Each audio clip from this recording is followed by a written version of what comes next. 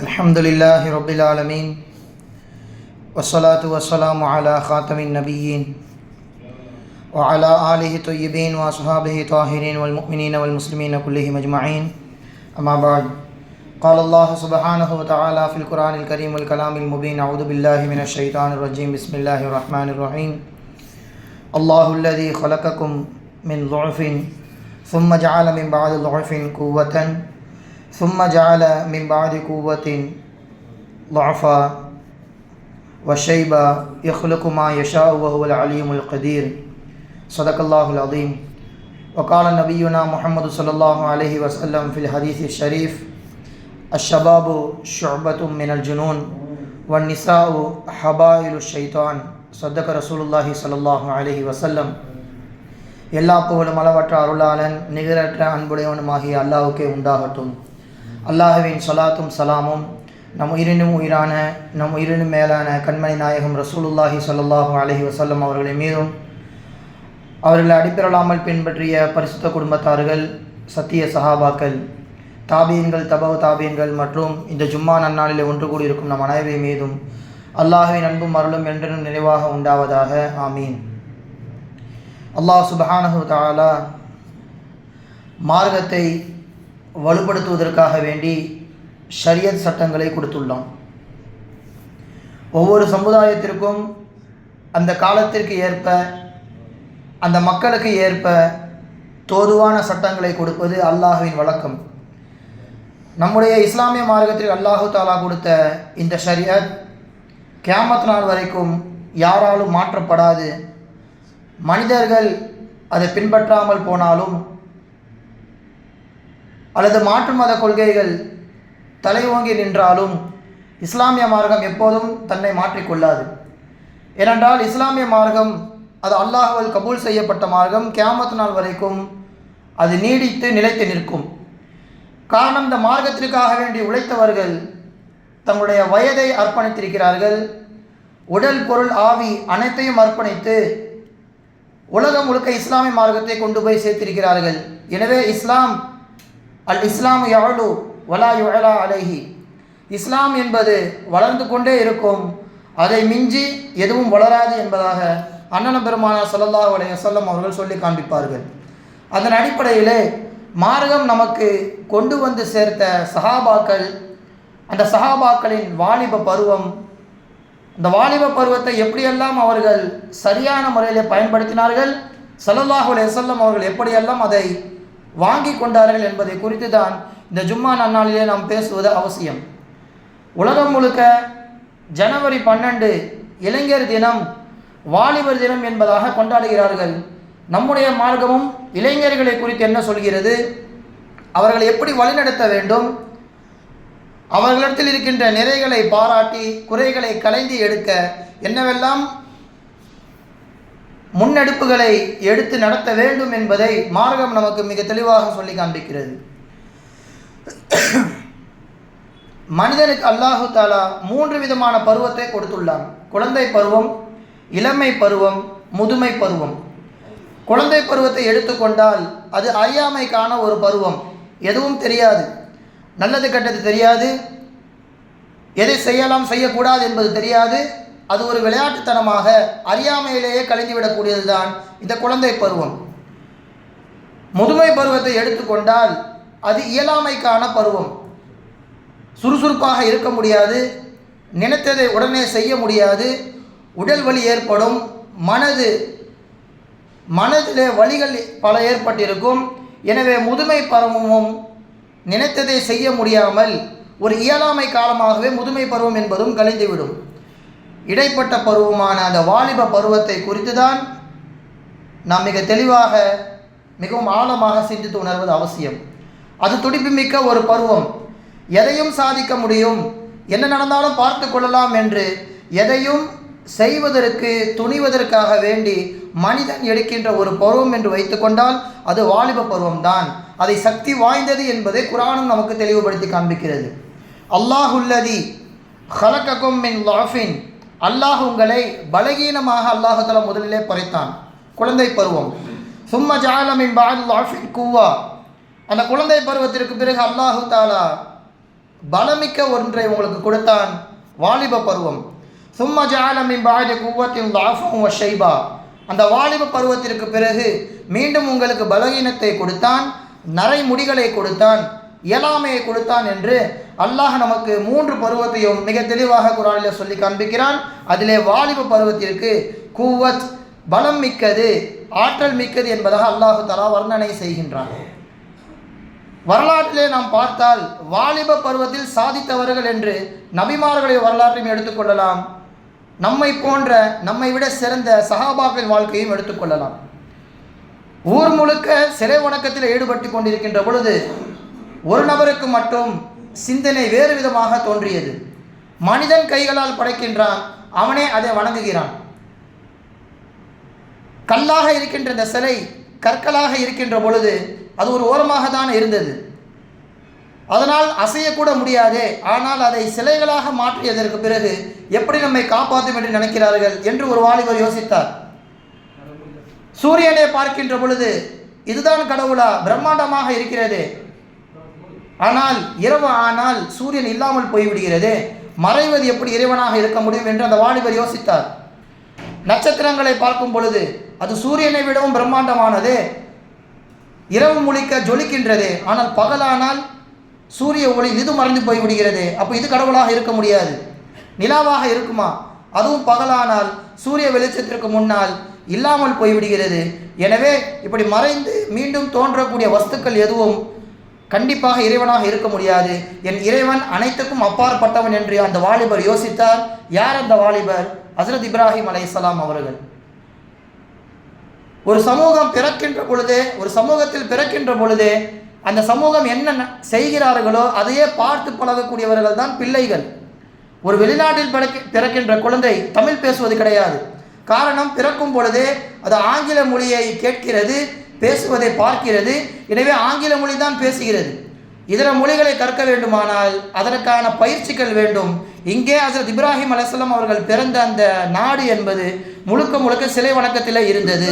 ஆனாலும் அந்த வாலிபர் மாற்று சிந்தனையாக வேறு ஒன்றை யோசித்தார். எப்படி இவர்கள் வஸ்துக்களை வணங்குகிறார்கள், படைப்பினங்களை வணங்குகிறார்கள், அதை படைத்த இறைவனை அல்லவா வணங்க வேண்டும் என்று கையிலே கோடாரி எடுத்து சிலைகளை தரமட்டமாக்கினார். அப்போ அந்த வாலிபர்களை ஸல்லல்லாஹு அலைஹி வஸல்லம் அவர்கள் அல்லாஹ் சுப்ஹானஹு தஆலா எப்படியெல்லாம் சிந்திக்க சொல்கிறார்கள் என்பதை இந்த நபிமார்களுடைய வரலாற்றிலிருந்து நாம் தெரிந்து கொள்ளலாம். மக்களை யோசிக்க வைத்தார் வாலிபர் இப்ராஹிம் அலைஹிஸ்ஸலாம் அவர்கள். எல்லா சிலைகளையும் அடித்து நொறுக்கிவிட்டு இருப்பதிலே மிகப்பெரிய சிலையான சிலையுடைய கழுத்தில் கோடாரியை தொங்கவிட்டு, வேண்டுமென்றால் அந்த சிலையிடம் கேட்டுக்கொள்ளுங்கள், அதனிடம்தானே கோடாரி இருக்கிறது, அதுதான் கொன்றிருக்கும், அதுதான் உடைத்திருக்கும் என்று மக்களை பேச விட முடியாமல் அந்த இடத்துல அவர்கள் அந்த இடத்துல வாயடைக்க செய்தார்கள் ஹஸ்ரத் இப்ராஹிம் அலைஹிஸ்ஸலாம் அவர்கள். எனவே வாலிப பருவம் ஏகத்துவத்தை நிலைநாட்டக்கூடிய ஒரு பருவம். எதையும் எதிர்த்து கேள்வி கேட்க வேண்டும், சிந்தனையை அகலமாக வைத்துக் கொள்ள வேண்டும் என்று இப்ராஹிம் அலைஹிஸ்ஸலாம் வரலாற்றின் மூலமாக நமக்கு குர்ஆன் தெளிவுபடுத்தி காண்பிக்கிறது.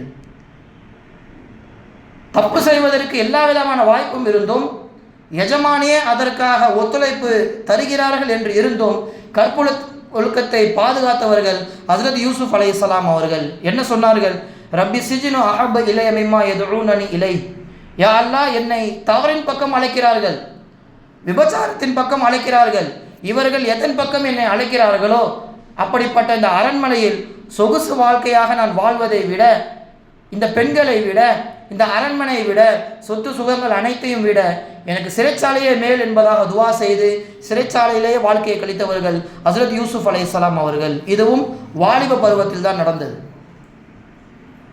ஒரு அரசனுக்கு எதிராக ஒரு அரசன் தவறு செய்யும் பொழுது, அகீதாவிற்கு கொள்கைக்கு எதிராக அந்த மன்னன் நம்மை நிர்பந்தப்படுத்துகின்ற பொழுது குறிப்பிட்ட சில வாலிபர்கள் அரசனை எதிர்த்தார்கள்.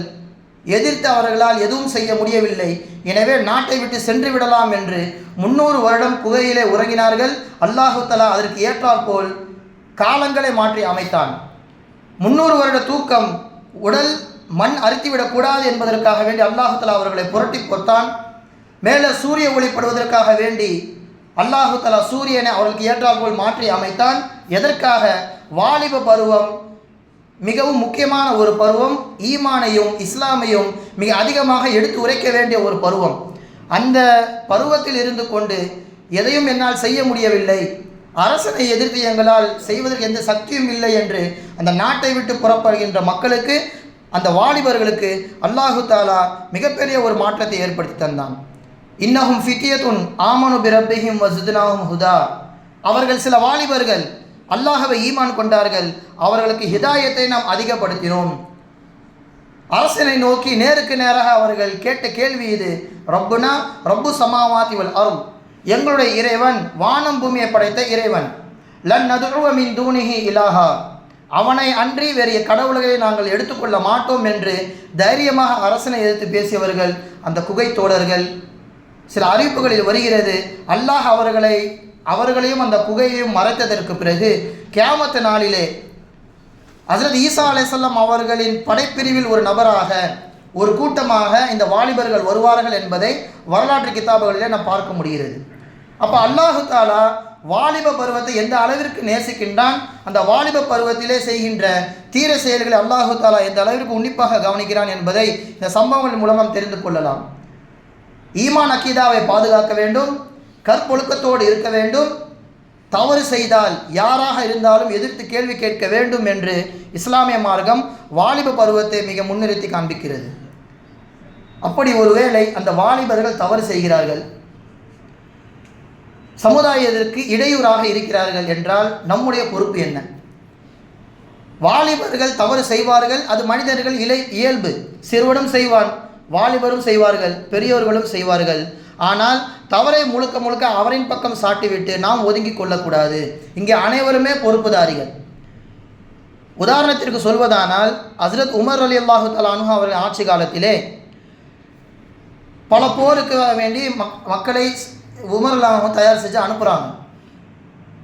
அப்போ அந்த போர் முடிந்து வருகின்ற பொழுது அந்த படைத்தளபதி ஹலிஃபத்துல் ராஷித் அமீருல் முஃமினீன் அவர்களே, நீங்கள் எங்களை அனுப்பினீர்கள் ஒரு போருக்காக வேண்டி, அந்த போரில் நாங்கள் வெற்றி பெற்று விட்டோம், வெற்றி அல்லாஹு தஆலா எங்களுக்கு தந்து விட்டான் என்று சொல்லும் பொழுது சந்தோஷப்படவில்லை உமர் ரலியல்லாஹு தஆலா அன்ஹு அவர்கள். கேள்வி கேட்கிறார்கள், எப்போது ஆரம்பித்தது, எப்போது முடிந்தது, போரின் துவக்கம் என்ன, முடிவு என்ன என்று கேட்கிறார்கள். லுஹாவுடைய நேரத்திலே, உதாரணத்துக்கு ஒரு 9 to 10 மணி காலை பொழுதாக வைத்துக் கொள்ளலாம். அந்த லுஹாவுடைய நேரத்தில் இருந்து மகரிப் நேரம் வரைக்கும் போர் நடந்தது. மகரிப்புக்கு முன்பாக வெற்றி கிடைத்து விட்டது என்பதாக அந்த தளபதி சொல்ல உமர் ரலியல்லாஹு தஆலா அவர்கள் அழுகிறார்கள். நாங்கள் உங்களுக்கு சுப செய்தி தானே சொன்னோம், நீங்கள் அழுவதற்கான காரணம் என்ன என்று கேட்கும் பொழுது அங்கே உமர் ரலியல்லாஹு தஆலா அவர்கள் சொன்ன வார்த்தை, வல்லாஹி, அல்லாஹி மீது சத்தியமாக, இன்னல் பாத்தில் லா யஸ்முத் அமாமல் ஹக்கி திவால ஹாதல் வக்த், அசத்தியம் எப்போதுமே இவ்வளவு காலங்கள் நீட்டித்து இருக்காது. நாம் சத்திய மார்க்கத்தில் இருக்கிறோம், சத்தியவானை ஏற்றுக்கொண்டு இருக்கிறோம். அப்படி இருக்கின்ற பொழுது நமக்கு அல்லாஹு தஆலா வெற்றியை இவ்வளவு தாண்டி கொடுக்கிறான் என்றால், மிக சுலபமாக முடிய வேண்டிய இந்த போர் வெற்றியே கிடைத்தாலும் மிக நீளமாக இடைவெளி இருக்கின்றது. காலையில் ஆரம்பித்து மகரிப் வரைக்கும் நாம் போர் செய்கின்றோமே, இவ்வளவு பெரிய நீண்ட தூரம் எதற்காக? ஏனென்றால் நான் ஒன்று தவறு செய்திருப்பேன் அல்லது நீங்கள் தவறு செய்திருப்பீர்கள். நாம் இருவரின் தவறின் காரணமாகத்தான் அல்லாஹ் ஹக்கை தாமதமாக நமக்கு கொடுக்கின்றான். அந்த வெற்றியை தாமதப்படுத்தி அல்லாஹு தஆலா கொடுக்கின்றான். எனவே இது வெற்றியாக இருந்தாலும் நான் தவறு செய்திருப்பேன் அல்லது நீங்கள் தவறு செய்திருப்பீர்கள். அதனால தான் அல்லாஹு தஆலா இப்படி கால தாமதத்தை ஏற்படுத்துகிறான் என்று சொல்வார்கள். இங்கே புரிய வேண்டிய விஷயம் இதுதான். எங்கோ நடக்கின்ற போர் வெற்றி கிடைத்து விட்டது, ஆனால் பழியை யார் மீது சுமத்துகிறார்கள்? தன்னின் மீது. எனவே ஒரு வாலிபரோ யார் பாவம் செய்தாலும் அந்த பாவத்தை செய்வதற்கு நானும் ஒரு காரணம்தான். என்னால் அவரை தடுக்க முடியவில்லை, என்னால் அவருடைய வாழ்வை மாற்றி அமைக்க முடியவில்லை என்று ஒவ்வொருவரும் அந்த பொறுப்பை கையில் எடுத்துக்கொண்டால், அந்த பள்ளிவாசல் கையில் எடுத்துக்கொண்டால், அந்த மஹல்லாவாசிகள் கையில் எடுத்துக்கொண்டால் அங்கே உள்ள வாலிபர்கள் பாதுகாக்கப்படுவார்கள். அந்த வாலிபர்களுக்கு ஒரு நல்ல ஒரு வாழ்க்கை ஏற்படுத்தி தர முடியும் என்பதை இது போன்ற சம்பவங்கள் நமக்கு விளக்கி காண்பிக்கிறது. தவறு செய்கின்ற வாலிபர்களை, மனிதர்களை பெருமானார் ஸல்லல்லாஹு அலைஹி வஸல்லம் அவர்கள் எப்படி அணுகுவார்கள்? பெருமானாரின் அந்த போக்கே மிக சிறப்பு மிக்கது. ஹஜ்ரத் அலி ரலியல்லாஹு தஆலா அன்ஹு அவர்கள் சொல்லுவார்கள், நான் ஒரு நபரை அணுக வேண்டுமானால் அதற்கு சில யுக்திகளை பயன்படுத்துவேன். அவருடைய வயதை நான் கவனிப்பேன், வயதிற்கு ஏற்றாற்போல் என்னுடைய அணுகும் விதத்தை நான் மாற்றிக்கொள்வேன் என்று சொல்லி அழகான ஒரு விஷயத்தை சொல்கிறார்கள். லாயிபூஹும் சபஆ. ஹஜ்ரத் அலி ரலியல்லாஹு தஆலா அன்ஹு அவர்கள் சொன்ன வார்த்தை இது. 7 வயது உள்ள ஒரு சிறுவனை நீங்கள் பார்த்தால் விளையாடுங்கள். லாஇபூஹும் சபஆ, 7 வயது வரை நீங்கள் அவனோடு விளையாட வேண்டும். அடுத்த 14 வருடங்கள் அவன் கடந்து விட்டான் என்றால் வஅத்திபூஹும் சபஆ, அவனுக்கு ஒழுக்கத்தை நீங்கள் கற்றுக் கொடுங்கள். அது ஒழுக்கத்தை வாங்கிக் கொள்ளக்கூடிய ஒரு வயது. சிறுவனை அப்படியே விட்டு விடாமல் பெற்றோர்களும் சுற்றி உள்ளவர்களும் ஒழுக்கத்தை கற்பிக்க வேண்டும். ஒரு பள்ளிவாசலுக்கு நீ வந்தால் இப்படி இருக்க வேண்டும், பிறருக்கு தொந்தரவு தருவதை போன்று நீ விளையாடக்கூடாது, சஃப்புகளுக்கு இடையிலே நீ ஓடக்கூடாது என்று ஒழுக்கத்தை கற்பிக்க வேண்டிய வயசு அது, அந்த 14 வயது என்பது. அப்படி நாம் அவர்களை சரியான முறையில் வழி நடத்துகின்ற பொழுது அந்த பிள்ளைகள் அதை எடுத்துக்கொள்வார்கள். எதுவுமே செய்யாமல் எடுத்த உடனே அதட்டுவது, பள்ளிவாசலுக்கு வர வேண்டாம் என்று தடுப்பது எல்லாம் அந்த பிள்ளையுடைய மனதை பாதிக்கும். எனவே ஒழுக்கத்தை கற்பித்து தர வேண்டும். இது அடுத்த 14 வருடங்களுக்கு. வசாதிக்கூஹும் சபஆ, அடுத்த 7 வயது வருகின்ற பொழுது, ஒரு 21 வயதை அவன் நெருங்குகின்ற பொழுது அவனுடன் நட்பாக மாறிவிட வேண்டும். ஒரு நண்பனை போன்று அவனிடத்தில் பழகுகின்ற பொழுது எல்லா விஷயத்தையும் அவன் நம்ம இடத்துல ஷேர் பண்ணுவான். தன்னுடைய இன்பத்தையும் அவன் நம்ம இடத்துல சொல்லுவான், துன்பத்தையும் சொல்லுவான். இன்பமான விஷயங்களை கேட்கின்ற பொழுது அவனுக்கு தட்டி கொடுக்க வேண்டும். துன்பமான விஷயத்தை நம்ம இடத்துல சொல்லுகின்ற பொழுது அவனுக்கு ஆறுதல் கூறி அடுத்த ஒரு வழியை அவனுக்கு காண்பித்து தர வேண்டும். இது எப்போது நடக்கும்? வெறுப்பாக இருந்தால் இது கிடைக்காது. அவனோடு நட்பாக பழகினான் என்றால் எல்லாவற்றையும் நம்ம இடத்துல அவன் சொல்லுவான். சும்மத்ருக்கு லஹுமுல் ஹப்ல அலல் காரிது, 21 வயதுக்கு பிறகு இப்படி நீங்கள் 3 அணுகுமுறையை அவனிடத்தில் நீங்கள் வைத்து விட்டால், ஒரு ஒட்டகத்தை நீங்கள் பழக்கப்படுத்தியதற்கு பிறகு அதன் கயிற்றை நீங்கள் விட்டு விடுங்கள். எவ்வளவு தூரம் மேய்ந்தாலும் மிக சரியாக அதை வளர்த்தவன் வீட்டிற்கு வந்துவிடும். அதே போன்றுதான் இந்த 21 வயதிற்குள்ளே நீங்கள் சரியான முறையில் அவனிடத்தில் நடந்து கொண்டால் அவனை அப்படியே விட்டு விடுங்கள். அவன் அவனுடைய வாழ்க்கையை பார்த்து கொள்வான். நல்லது எது கெட்டது என்பதை தெளிவாக அவன் புரிந்து கொண்டான். அந்த கயிற்றை அவனிடத்தில் நீங்கள் விட்டு விடுங்கள் என்று சொல்கிறார்கள் அலி ரலியல்லாஹு தஆலா அன்ஹு அவர்கள். எனவே அந்த 21 வயது வரைக்கும் நம்முடைய கண்காணிப்பிலேயே இருக்க வேண்டும். நட்போடு அவனோடு பழக வேண்டும். பெருமானாரின் அணுகுவிதம் இப்படி தான் இருந்தது. ஒரு வாலிபன் தவறு செய்கின்றான் என்றால் பெருமானார் எப்படி அதை கையாளுகிறார்கள்? ஹவாத் இப்னு ஜுபைர் ரலியல்லாஹு தஆலா அன்ஹு அவர்கள் ஒரு வாலிபர்.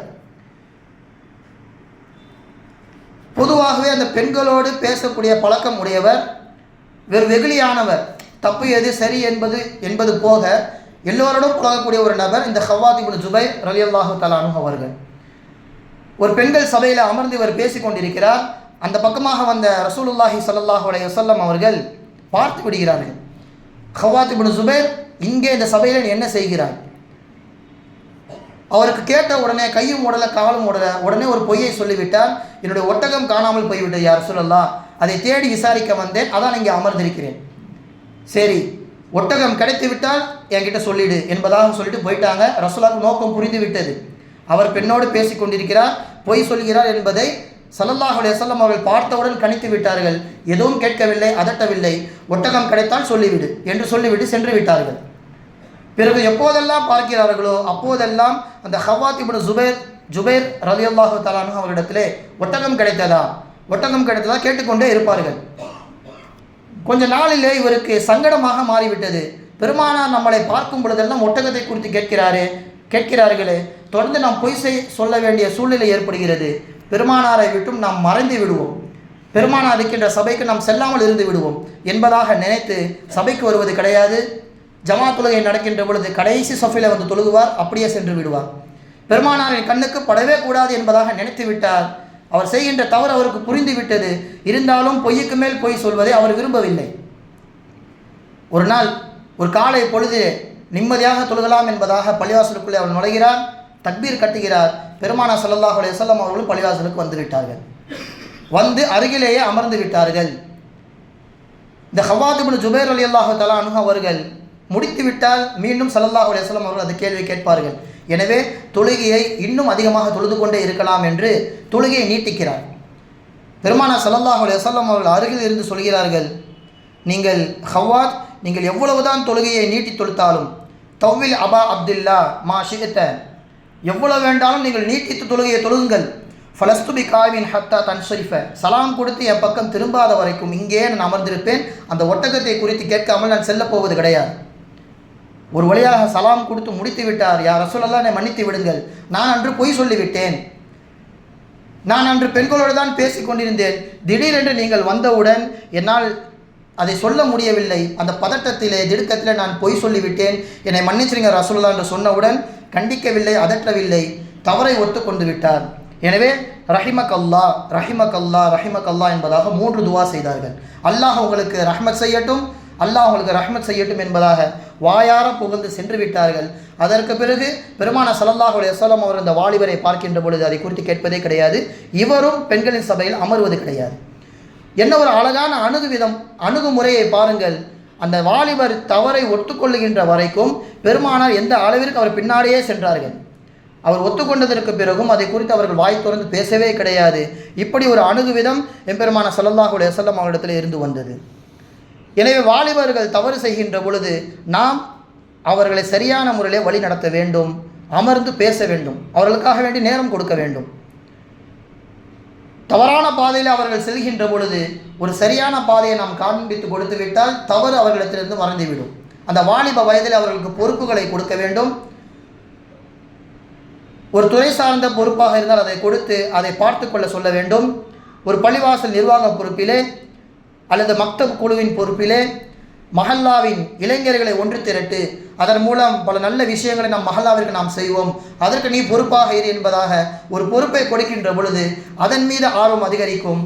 தீய செயல்களின் பக்கம் அவருடைய நினைப்பு என்பது செல்லவே செல்லாது. பெருமானாரின் காலத்தில் அப்படி ஒரு அமைப்பு இருந்தது.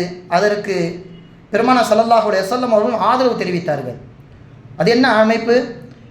இஸ்லாமிய மார்க்கம் வந்ததற்கு பின்னாலும் அந்த அமைப்பில் என்னை கூப்பிட்டால் கட்டாயம் சென்று நான் அமர்வேன், ஒட்டகம் கிடைப்பதை விட அந்த அமைப்பிலே சேருவது எனக்கு மிகவும் பிரியமானது என்பதாக ரசூலுல்லாஹி ஸல்லல்லாஹு அலைஹி வஸல்லம் அவர்கள் சொல்லி காண்பித்தார்கள். அந்த அமைப்பிற்கு பெயர் ஹில்ஃபுல் ஃபுலூல். ஜுபைத் என்ற ஒரு நபர் யமன் நாட்டிலிருந்து மக்காவிற்கு வருகிறார், பல சரக்கு பொருட்களை எடுத்துக்கொண்டு வருகிறார்.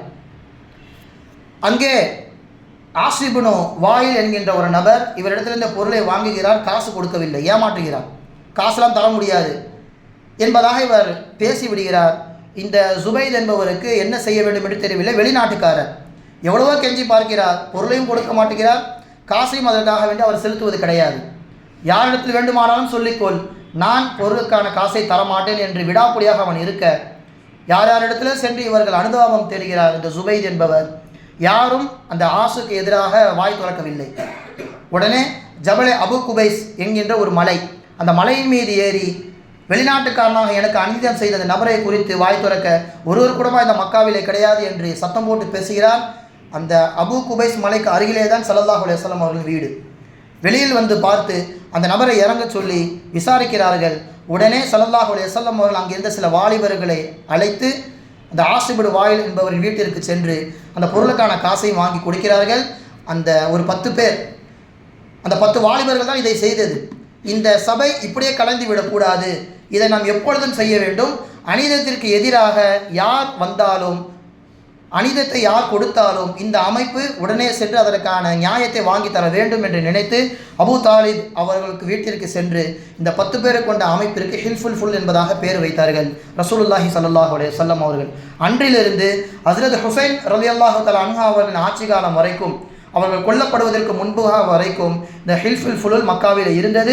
இதைத்தான் ஸல்லல்லாஹு அலைஹி வஸல்லம் அவர்கள் சொன்னார்கள், நான் நபியாக ஆனதற்கு பின்னாலும் இஸ்லாம் வந்ததற்கு பின்னாலும் அந்த அமைப்பின் சார்பாக ஏதேனும் அநீதத்திற்கு எதிராக குரல் கொடுக்க வேண்டுமானால் கட்டாயம் நான் வருவேன் என்பதாக ஸல்லல்லாஹு அலைஹி வஸல்லம் அவர்கள் சொல்லி காண்பித்தார்கள். அப்போ ஒரு வாலிபர்கள் ஒரு மஹல்லாவில் இருக்கின்ற பொழுது அமைப்பாக சேர வேண்டும். தற்காலத்திலே வாட்ஸ்அப் குழுக்கள் இருக்கிறது, அதன் மூலமாக கலந்துரையாடி நம் மஹல்லாவிற்கு என்ன செய்யலாம், மாற்று மத சகோதரர்களுக்கு என்னென்ன உதவிகளை செய்யலாம், அவர்களை எப்படி தஅவா பணிகளில் ஈடுபடலாம் என்று இது போன்ற அமைப்புகளின் மூலமாக நாம் குரல் கொடுக்கலாம் என்பதை ரசூலுல்லாஹி ஸல்லல்லாஹு அலைஹி வஸல்லம் அவர்கள் மிக தெளிவாக நமக்கு சொல்லி காண்பித்திருக்கிறார்கள். எனவே வாலிப பருவத்தில் அவர்கள் செய்கின்ற தவறுக்கு அவர்களை மட்டுமே நாம் குறை சாட்டாமல் முழுக்க முழுக்க அவர்களுக்கு பக்கபலமாக நாம் இருக்க வேண்டும், அவர்களை சரியான வழியிலே நடத்த வேண்டும். பெருமானார் ஸல்லல்லாஹு அலைஹி வஸல்லம் அவர்கள் வாலிபருடைய அந்த திறனை பாராட்டுவார்கள். எது நடந்தாலும் அந்த திறனை பாராட்டி அதற்காக வேண்டி ஊக்கமளிப்பார்கள். இப்னு மஸ்ஊத் ரலியல்லாஹு தஆலா அன்ஹு அவர்கள் சிறுவயதாக இருக்கிறார்கள். அந்த சம்பவம் எல்லாம் நமக்கு தெரியும். பெருமானா ஸல்லல்லாஹு அலைஹி வஸல்லம் சில திக்ருகளை ஓதி மடுவே இல்லாத ஆற்றிலிருந்து பாலை கறக்குகிறார்கள். அந்த விஷயத்தை கண்ட இப்னு மஸ்ஊத் ரலியல்லாஹு தஆலா அன்ஹு அவர்கள், இது எப்படி செய்தீர்கள் என்று கேட்க, நீ மக்காவிற்கு வா, நான் உனக்கு சொல்லித்தரேன் என்பதாக சொல்லிவிட்டு சென்று விட்டார்கள். அப்போது வரைக்கும் இப்னு மஸ்ஊத் ரலியல்லாஹு தஆலா அவர்கள் இஸ்லாத்தை ஏற்றுக்கொள்ளவில்லை. அவர்கள் வேறு ஒரு நகரத்திலே இருக்கிறார்கள். பிற்காலத்திலே அவர்கள் ஸல்லல்லாஹு அலைஹி வஸல்லம் அவர்கள் நோக்கி வருகின்ற பொழுது இஸ்லாத்தை தழுவுகிறார்கள்.